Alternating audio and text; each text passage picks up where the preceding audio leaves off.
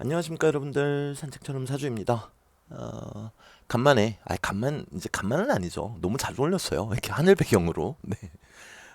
근데 또 순식간에 이 하늘 배경으로 또 영상을 이렇게 올려볼까 합니다. 음, 오늘 영상의 제목은 정하진 않았는데요. 지금 한번 생각해 보면은 잠시만요. 어 우리가 타인을 도와야 되는 이유, 뭐 이쯤 되지 않을까요? 모르겠습니다. 영상 다 촬영하고 나면은 또 제목이 다르게 올라갈지는 모르겠습니다만 지금 당장은 드리고 싶은 말씀이 딱 그겁니다. 우리가 타인을 도와야 되는 이유. 네. 어, 그 유튜브에 산책처럼 이렇게 치시고 한 칸 띄시고 그게 빅뱅 우주론 이렇게 치시면 나오는 영상이 하나가 있을 거예요. 제가 빅뱅 우주론이라는 이름으로 올린 영상이 있거든요. 근데 그 영상의 그 주요 골자는 뭔가 하면요. 과학적으로 봤을 때도 이 우주는 하나의 점으로부터 시작했다. 그리고 그 하나의 점이 실시간으로 계속 팽창해 감에 따라서 이 우리가 지금 보고 듣고 그리고 우리 자신조차도 만들어지기 시작했다라는 내용입니다. 그래서 이제 우주는 계속 팽창하고 있다고 하죠. 근데 우주가 하나의 점으로부터 시작했다라는 거는 우리가 좀 관심 깊게 볼 여지가 있다고 생각을 해요. 왜냐면은 이 세상의 그 모든 것들이 결국에는 하나였다는 뜻이니까요.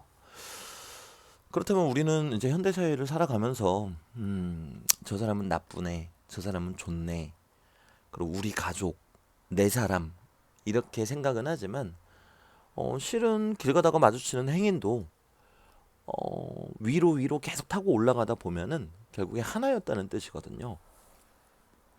그러니까 결국에는 우리 입장에서는 우리가 세상에서 제일 싫어하는 사람, 그리고 제일 좋아하는 사람, 그리고 길에서 아무런 연고도 없이 마주치는 사람들, 이 모두가 결국에는 하나였다는 것이죠. 과학적으로 말씀드렸을 때요. 저는 그 과학이 맞다고 생각을 합니다. 이 명리학의 토대가 되는 주역을 봐도 첫 시작이 무극이 태극이다라고 얘기를 하잖아요. 그러니까 그런 한계가 없는 것이 결국에는 가장 큰 한계이다. 그거랑 이 우주가 점으로부터 시작했다라는 얘기랑 일맥상통하지 않는가 그 생각을 합니다. 결국에 우리는 하나라는 거죠. 그럼 이것만 보더라도 우리가 타인을 도와야 되는 이유는 충분하겠죠. 우리 입장에서는 내 사람, 또 내가 싫어하는 사람, 뭐 길 가다가 마주치는 사람이지만 결국에는 하나라는 뜻이니까요. 제가 예전에 그런 적이 한번 있었습니다. 그 운전을 하다가 음, 이 상대방 과실로 사고가 한번 난 적이 있어요. 그리고 그분은 이렇게 행색을 봐도 정말 대단히 좀 경제적으로 어려우신 분이셨어요. 왜냐면은 그 자동차의 컨디션만 봐도 알 수 있는 거잖아요. 그래서 사실 그때 목이 엄청 아팠거든요. 너무 세게 부딪혀가지고 그분이 와서 그냥 딱 들이박으신 거였어요. 근데 바로 내리자마자 그분한테 어디 다치신 데 없냐, 놀라지 않으셨냐, 이제 이렇게 여쭈어봤어요. 그리고 그분은 이제 어안이 벙벙하시죠. 막 겁도 나시고. 근데 결론은 그분한테 어떤 배상을 받지 않았습니다. 네. 그냥 제 돈으로 고쳤어요. 차를. 제가 왜 그랬나 하면요. 여러분들이 들으시면은 되게 막 비합리적이고 어이없다라고 생각하실 수 있어요. 그런데 그 돈이라는 게 뭡니까? 네. 결국 상대적인 가치 아니겠습니까? 그때 당시에는 제가 돈을 대단히 잘 벌 때였고요. 그거 수리비 뭐 1, 200 나오는 거 제 입장에서는 그 당시에는 큰 돈이 아니었습니다. 물론 지금은 큰 돈입니다. 네. 그리고 그 운전자 분께서는 한 10만 원 정도만 해도 큰 돈이실 수밖에 없겠더라고요. 물론 그분이 잘못하셨지만 뭐 잘못하고 싶어서 했겠습니까? 운전하는데 내가 사고 내야지 하고 운전하시는 분들 없잖아요. 그리고 그때 당시에 그분이 그 파르르 떠시던 모습 두려움에 휩싸여서 그게 너무 안 돼 보였거든요. 자, 여기까지 이제 들으시면은 제가 막 손해만 보고 사는 대단한 이상주의자라는 생각이 드실 겁니다. 어, 결과부터 말씀드리면 그랬었죠. 저는 어릴 때부터 되게 못되게 살았어요. 나쁜 짓도 참 많이 했고요. 근데 그렇게 한 30년 살다 보니까 문득 겁이 나더라고요. 왜 겁이 났나 하면은 어른들이 맨날 그런 얘기 하잖아요. 착하게 살아야 된다. 그리고 뭐 음식 남기지 말아라. 네가 쌀한톨 남기면 그 농사일을 지으시는 분들의 피와 땀을 버리는 거다. 근데 그걸 되게 하찮게 들었었단 말이죠. 근데 한 30대쯤 되니까 놀라운 걸 발견했습니다. 야, 이게 어른들 말씀이 틀린 게 하나가 없구나. 지금 생각해보면 당연하죠. 어른들이 왜 그런 말씀 하시겠습니까? 본인들이 살아가시면서 느낀 점들이고 공감하시는 점들이니까 말씀하시겠죠. 거기까지 생각이 미치고 나니까 겁이 나더라고요. 나는 그동안 내 것만을 위해서 살아왔고 타인을 밟았고 나쁜 짓도 참 많이 했는데 어른들 왈 착하게 살아야 된다 그러잖아요. 그래서 제가 30대 중후반 해가지고 정말 미친 척하고 한번 착하게 살아봤어요. 그때 지금 생각하면은 그때가 더 무서웠습니다. 왜냐면 저는 그렇게 착한 사람이 아닌데 제 학원을 운영하면서 돈 없는 아이들, 열심히 하는데 괴롭게 살아가는 아이들, 그 아이들 돕기 위해서 학원을 했었거든요.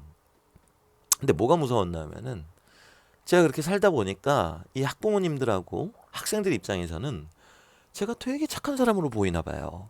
근데 저는 그런 사람이 아니고 평생 나쁘게 살았으니까 착하게 살아야 되겠다. 이제라도 너무 무서우니까 나 자신을 위해서 그랬던 것뿐인데 저를 너무 착하게 바라봐 주시니까 불안했어요. 저의 나쁜 모습이 걸릴까 봐. 과거가 들춰질까 봐. 그래서 글쎄요. 쫓기듯이 착하게 살았던 것 같습니다. 근데 시간이 지나고 나서 그 당시를 회고해 보니까요. 저는 착한 게 아니었더라고요. 물론 아이들을 돕고 그런 건 착한 거였죠. 그리고 그 상태로 몇 년이 지나고 나니까 저한테 돌아온 거는 부하 직원들의 배신, 그리고 소위 얘기하는 이제 뒤통수, 그리고 저를 이용해서 본인들이 이익을 얻으려고 했던 분들. 되게 상처가 컸어요. 처음에는 내가 못되게 살아서 벌 받는가 보다. 그렇게 생각을 했는데, 와, 해도 해도 너무하더라고요. 정말 여러분들이 생각할 수 있는 그 끝까지 가더라고요. 그러니까 그때 이제 제가 들었던 생각이, 에이, 이거 뭐야. 착하게 살아봤자 별거 없네. 어른들이 착하게 살래매. 그래서 착하게 살았더니 별거 없구나. 살고 싶지 않다라는 생각이 들었어요. 왜냐면은 저는 살아오면서 저와 가까운 사람, 소중한 사람들의 수많은 죽음을 목격했었거든요. 그리고 어떤 분은 제 눈앞에서 돌아가시기까지도 했고요. 그리고 고등학생 때는 친한 친구가 제가 보는 앞에서 뛰어내렸어요. 그리고 제가 최초로 목격을 했고 신고도 했고요. 그런 일들이 너무 많았어요. 그러면 이 인생에 대해서 허무주의에 빠질 수밖에 없잖아요. 네. 근데 마침 어른들이 착하게 살아야 된다 그래서 착하게 살았던 것 뿐인데 착하게 살아보니까 와 진짜 더 안 좋더란 말이에요. 그러니까 삶의 재미를 못 느꼈습니다. 그래서 그때는 제가 극단적인 선택도 많이 했었고 시도도 참 많이 했었고요. 차라리 죽는 게 낫다. 왜냐면 너무 재미가 없고 너무 허무하니까 그렇게 생각을 했었거든요. 근데 저의 그런 생각은 잘못됐다라는 거를 여지없이 알게 됩니다. 제가 어느 날 밤에 정말 그 괴로운 일들을 겪을 때 화장실에 가고 싶어서 밖으로 나온 적이 있었어요. 근데 그때 저희 아버지가 안방에서 기어서 나오시는 거를 제가 목격했습니다. 깜짝 놀랐죠. 아버지가 두 팔로 기어서 나오시니까. 그 여쭤봤어요. 그랬더니 다리에 힘이 없어서 기어서 나오셔야 된대요. 그래서 또 여쭤봤죠. 아니 아버지 왜 이렇게 새벽 일찍 일어나셨어요? 그랬더니 새벽 이 시간만 되면 몸이 아파서 주무실 수가 없다는 거예요. 그때 저는 깨달았습니다. 아, 나는 착한 게 아니었구나. 왜냐면요, 내 것을 소중히 여기지도 못하고 내 것을 돌보지도 못하는데 타인을 돕겠다고 하는 거는 그냥 알량한 마음이라고 생각이 들었거든요. 여기서 내 것이라는 거는 내가 소중히 여기는 사람, 그리고 나 자신을 저는 포함한다고 생각해요. 나 자신도 내 것이니까요. 근데 그것도 소중히 여기지 못하면서 이 세상이 대단히 공허하다고 느끼는 주제에 타인을 돕겠다라고 그렇게 해댔으니 그게 어찌 선한 일이겠습니까? 그때 제가 느낀 점들이 참 컸어요. 네. 그리고 그때부터 제 자신을 사랑하기로 마음을 먹었습니다. 어, 그렇게 살다 보면요. 여전히 나쁜 사람들도 있어요. 근데 제가 영상 초반에 말씀드린 거 있죠. 결국에는 하나의 점으로부터 우리 모두가 시작됐다고요. 그럼 그 나쁜 사람은요. 실은 나쁜 사람이 아닐지도 몰라요. 왜냐면 그 사람도 자신이 살아온 세월들이 있잖아요. 그리고 사람은 누구나 나 자신을 방어할 수밖에 없고요. 그것 때문에 어찌 보면 나쁜 사람이 된 건데 참 욕하는 게 그렇더라고요. 그 행위는 나쁘지만 그 사람의 본질적인 거를 욕한 데에는 망설여지더라고요. 그래서 그때부터 제가 명리를 공부하면서 알게 된 사실이 있습니다. 아, 이 사람들이 나쁜 게 아니라 나의 거울이구나. 내가 이런 사람이기 때문에 나의 이런 면을 투영시켜주는 사람을 만났구나.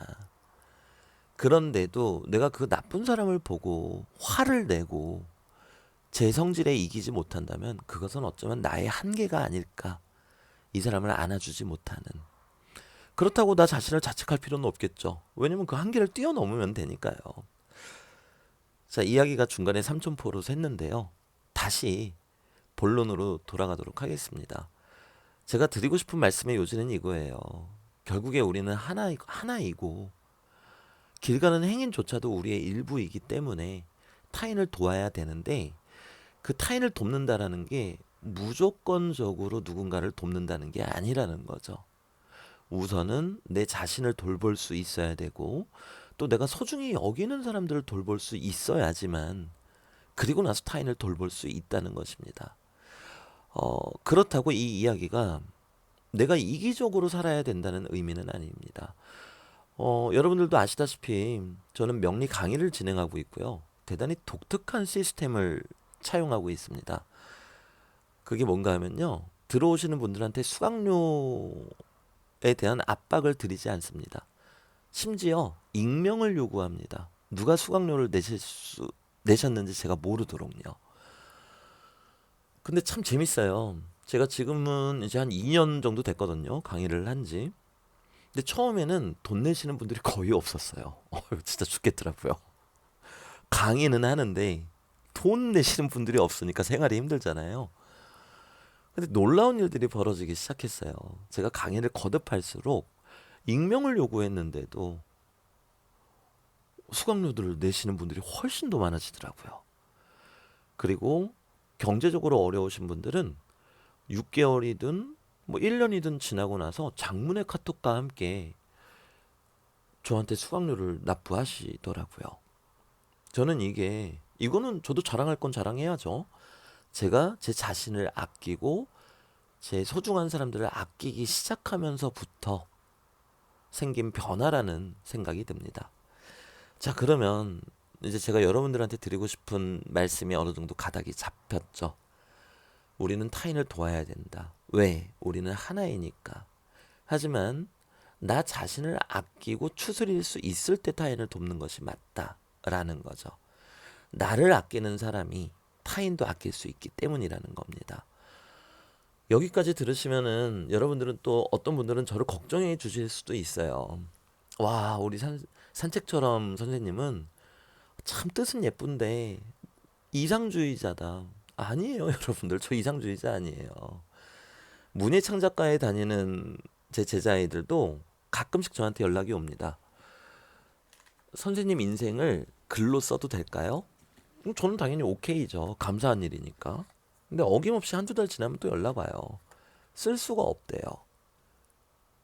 자기가 봐도 개연성이 너무 없고 자기가 눈앞에서 봤던 선생님 인생만 봐도 독자들이 이거 너무 개연성 없다, 너무 막장이다 그럴 것 같다는 거예요.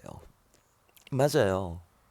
저보다 더 힘들게 살아오신 분들 많겠지만 저는 제 아끼는 사람들의 수많은 죽음을 목격했고요.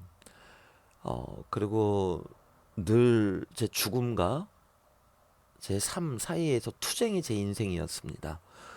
정말 맥락도 안 맞는 일들도 무지하게 많았고요. 그런 제가 과연 이상주의자일까요? 그리고 앞서도 말씀드린 것처럼 이상주의자면 현실적으로 보여지는 게 없어야 되잖아요. 근데 저는요, 앞서 말씀드린 것처럼 수강생들한테 수강료를 그렇게 강요하지 않아요. 제가 제 학원을 운영할 때도 그런 적 한 번도 없었습니다. 1년 동안 수강료를 납부 안 해도 내가 더 열심히 하면은, 그리고 내 강의가 그만한 값어치가 있다면 결국에 내겠지. 그래도 내지 않는다면 그것은 나의 부족함이겠지. 늘 이렇게 살아왔고요. 그렇게 해서 돈 잘 벌었습니다, 여러분들. 물론 지금은 학원 할 때만큼 돈을 잘 벌지는 못합니다만, 네. 지금도 그렇게 살고 있고, 앞서 말씀드렸다시피 수강료를 납부하시는 분들이 한 90% 정도 되세요. 그럼 저는 이상주의자가 아니죠. 어떤 분들은 저한테 물으세요. 왜 그렇게 어렵게 돌아서 가냐고요. 산책처럼 선생님 보면은 강의도 잘하시고 언변도 좋으시고 목소리도 좋으신데 왜 굳이 이렇게 하시냐고 물으세요. 그 대답은 한 두 가지로 할 수 있을 것 같습니다. 제 인생을 늘 공허하게 바라봤던 저에 대한 반성. 그리고 두 번째는요. 선한 사람들이 선한 과정을 통해서 선한 결과를 얻는 모습을 이 세상에 누군가는 꼭 보여줘야 되지 않을까. 제가 그걸 보여드릴 수 있다는 건 아닙니다. 저는 지금 트라이 중이니까 못 보여드릴 수도 있겠죠. 하지만 제가 눈을 감을 때까지 악착같이 그걸 보이려 애쓴다면 누군가가 저를 이어서 해 주실 거고요. 그러면 선한 사람들이 선한 과정으로 선한 결과를 얻는 걸 여러분들이 보셨을 때 여러분들도 한 분, 두 분씩 따라 하실 거라는 믿음이 있어요. 이렇게 말씀드리다 보니까 되게 인류애가 강한 사람처럼 보이는데요. 사실 그렇지는 않습니다. 앞서 말씀드렸다시피 제 지난 과거에 대한 마땅한 참회요, 반성이요, 그리고 저를 아끼는 길이라고 생각하거든요. 4월 달에 4월 6일에는 인천 월미도에서 이제 자선 행사가 있고요. 4월 21일에는 부산 시그니엘 호텔에서 자선 행사가 있잖아요. 그리고 그 자선 행사는 많은 명리가분들, 우리 도운사주님, 초코명리님, 그리고 우리 초코명리님과 친분 있는 명리가분들, 유명하신 분들 많이 오시죠. 근데 이분들이 전부 다 무료로 본인이 가져가는 돈 한 푼 없이 기꺼이 참여를 해주세요. 어쩌면 제가 이상주의자일 수도 있겠습니다. 하지만 이렇게 제 곁을 지켜주시는 든든한 분들이 계시다는 것만으로 저는 이미 이상주의자가 아니라고 믿어요. 이상주의자는 눈으로 보여주는 게 없지만 저는 눈으로 보여드리는 게 있잖아요. 그리고 그 무엇보다도 본인이 지금 돈을 잘 벌고 있는데에도 그것을 다 내려놓으시면서 저를 따라주시는 우리 레나타로 선생님 같은 분들이 계시잖아요. 그리고 지금은 우리 수강생 분들 보면은 장난 아니에요. 네. 뭐 20분 상담 끊었는데도 막 1시간 동안 해드릴 때도 있고, 때로는 무료로 막 상담도 해드리고, 때로는 상담을 드렸는데 본인이 틀린 것 같으면은 다시 전화해서 몇 날 며칠 끙끙 대시고 무료로 봐드리세요. 눈으로 보여드리는 게 벌써 이렇게 많아졌잖아요. 그래서 제가 드리고 싶은 말씀은요. 우리는 결국에 하나이고 우리가 마주하는 그 모든 것들이 나의 거울이며 우리는 길 가는 행인이 다쳤을 때에도 내 살점이 떼어져 나가는 아픔을 느끼는 게 맞지 않겠는가라는 겁니다. 하지만 그 아픔을 느낄 때에는 제일 먼저 나 자신을 사랑해야 된다는 거죠. 나쁘게 사시는 분들도 그 이면을 들여다보면요. 처음부터 나쁜 사람은 없어요. 자기를 방어하다 보니까 나빠지게 된 거거든요. 근데 그분들이 왜 자기를 방어했을까요? 자기가 다치는 게 싫으니까. 왜 다치는 게 싫었을까요? 자기에 대한 자신감이 없으니까. 왜 자기에 대한 자신감이 없었을까요? 자기를 아끼지 못해서라고 생각을 합니다. 그러니 우리가 누구를 욕하고 누구를 칭찬할 자격이 있겠습니까? 결국에 하나인 것을요. 그냥 그렇습니다. 저는 제가 눈을 감을 때까지 선한 사람들이 선한 과정으로 선한 결과를 얻는 모습을 꼭 보여드리고 싶어요. 그게 제 인생의 전부고요. 그리고 여러분들도 타인을 돕기 전에 여러분들 스스로를 아껴주시면 너무나 감사하겠습니다. 그리고 우리 명리학의 시작은 주역으로부터 나왔잖아요. 주역을 보면은 네 가지 덕, 사덕에 대해서 얘기를 합니다.